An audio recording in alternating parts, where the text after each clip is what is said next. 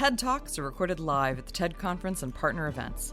This episode features virtual reality pioneer Nani de la Peña.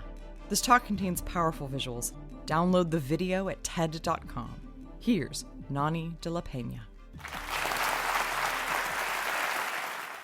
What if I could present you a story that you would remember with your entire body and not just with your mind? My whole life as a journalist, I've really been compelled to try to make stories that can make a difference and maybe inspire people to care.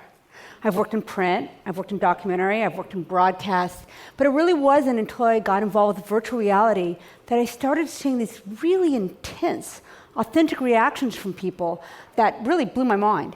So the deal is that with VR, virtual reality, I can put you on scene in the middle of the story.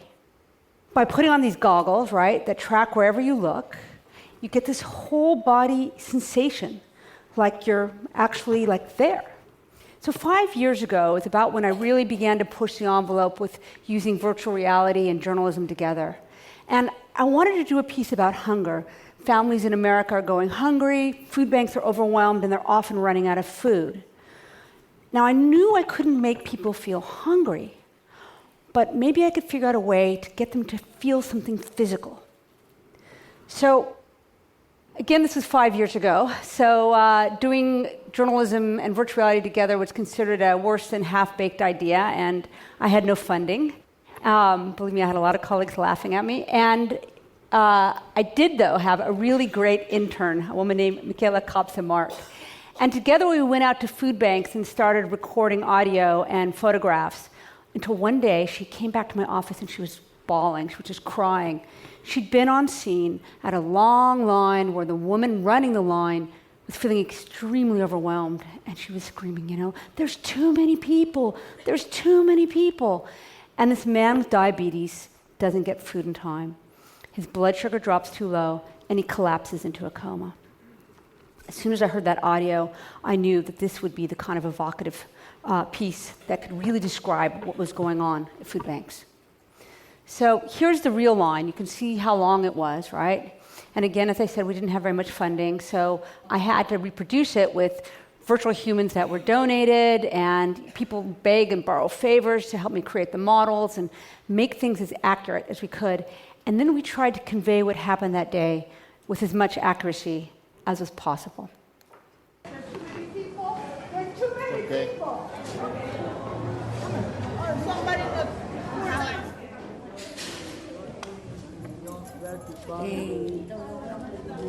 Okay, he's having a seizure. Okay.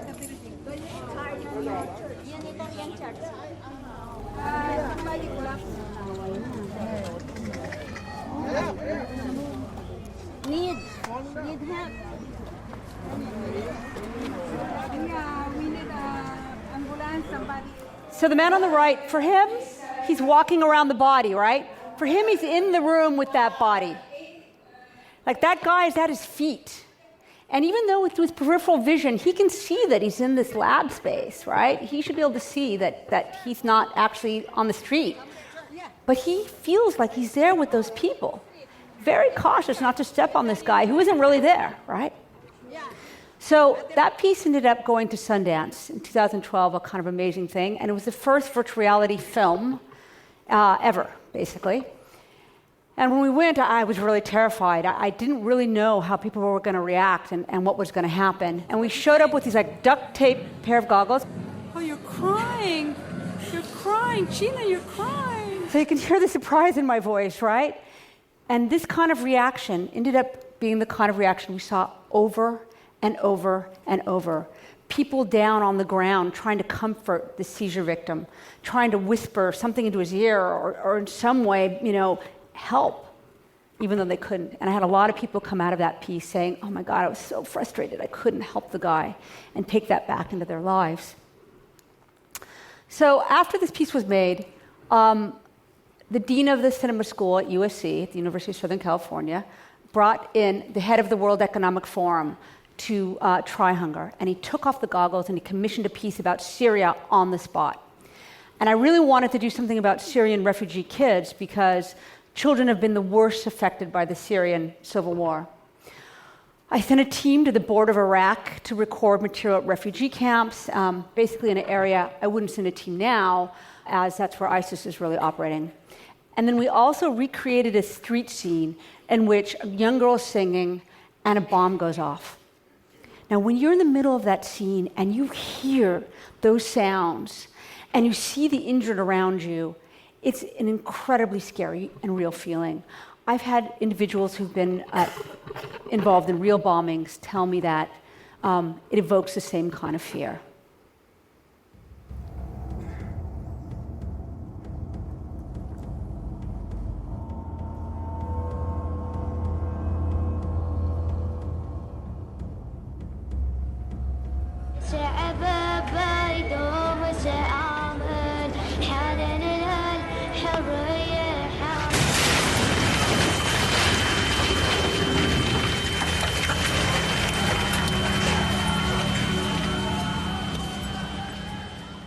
We were then invited to take the piece to the Victoria and Albert Museum in London.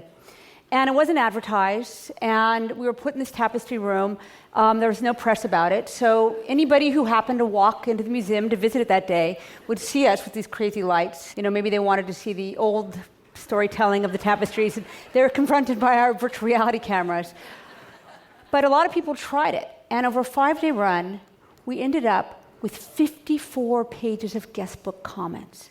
And we were told by the curators there that they'd never seen such an outpouring. Things like, it's so real, absolutely believable, or, of course, the one that I was excited about, a real feeling as if you were in the middle of something that you normally see on TV news. So it works, right? This stuff works. And it doesn't really matter where you're from or what age you are. It's really evocative. Now, don't get me wrong, I'm not saying that when you're in a piece, you forget that you're here. But it turns out we can feel like we're two places at once. We can have what I call this duality of presence. And I think that's what allows me to tap into these feelings of empathy, right? So, that means, of course, that I have to be very cautious about creating these pieces. I have to really follow best journalistic practices and make sure that these powerful stories are built with integrity.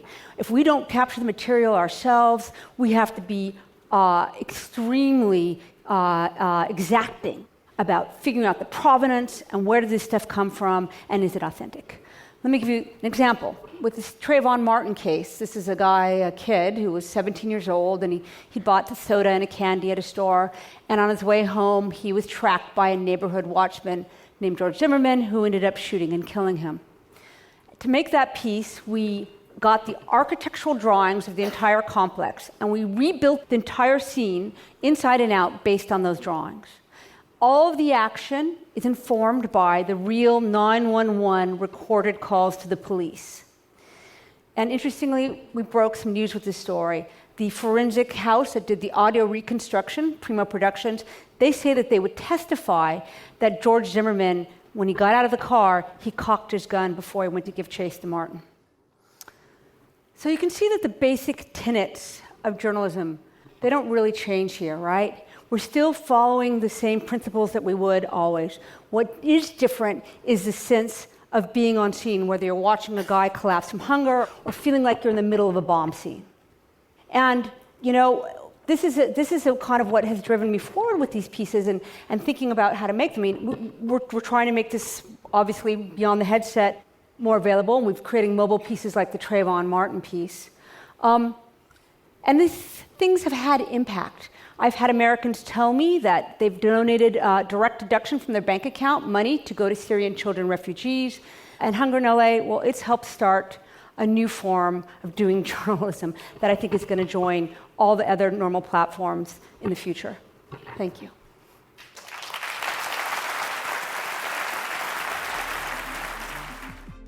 That was Nani de la Pena, recorded at TED Women 2015 in Monterey, California, May 2015. For more information on TED, visit TED.com.